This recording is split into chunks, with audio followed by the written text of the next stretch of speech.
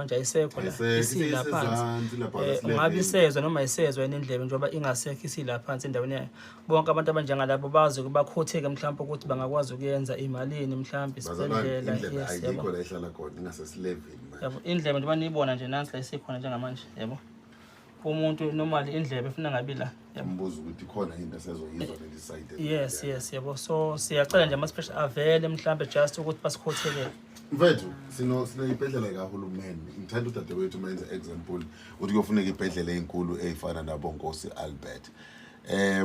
ngiyazi ukuthi bayile Nkosi Albert kombaba Esho if ukuthi bese beya again Nkosi Albert beya ngale understanding esesinayo manje usho uhulumeni bengasibukelela kuloko ngisho ngani sesokhuluma no Premier ngiyazi ukuthi akayena kwi department yakwa health u Premier wesifundazwe but ama colleagues akhe lana akwa health bayalalela bayahlala emaparlament basazothula ama budget speech njalo singaba nengane ngempela siyibukelelayo sohulumeni if besingakwazi ukwenza umzamo ukhona assuming ukuthi udokotela ngobesho as example ngesibhedlela esikhulu njengaleso singakwazi ukuyenza le operation lesibhedlela and kungasiza lokho nakene uhulumeni ngoba because mayesivula isibhedlela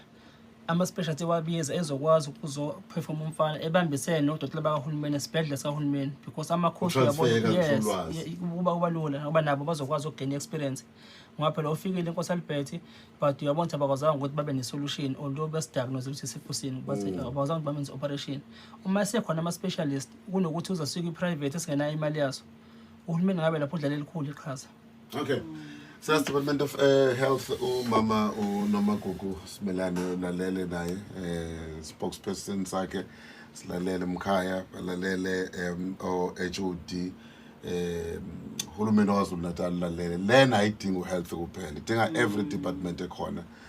ngoba sisebenzisana kuna operation power government lama government department esebenzisana khona singakwazi ukusiza ingane yethu uma wasafuna imali zokuya ku private wayinjalo masicela usizo fanele sihambe siye ku private sinawo uhulumeni wethu onemthetho sekelo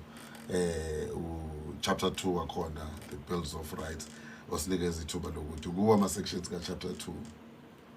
lungelo lempilo lingelinye lamalungelo akhona nokuthola usizo lokuhlengwa uma kuukuthi uyagula uyazathi ngibheka nje mthiya nje kusabala ukuthi kube nokukhukhulela ngoqo ukubambisana ikakhulukazi koNgodi ngibheka ukuthi iunion ikhona siyazi ukuthi even kwi medical sector ikhona iunion okunye ngeke ngabuka ngonyaka odlule nje khona loludaba ngicishe lalibhalwe iDaily Maverick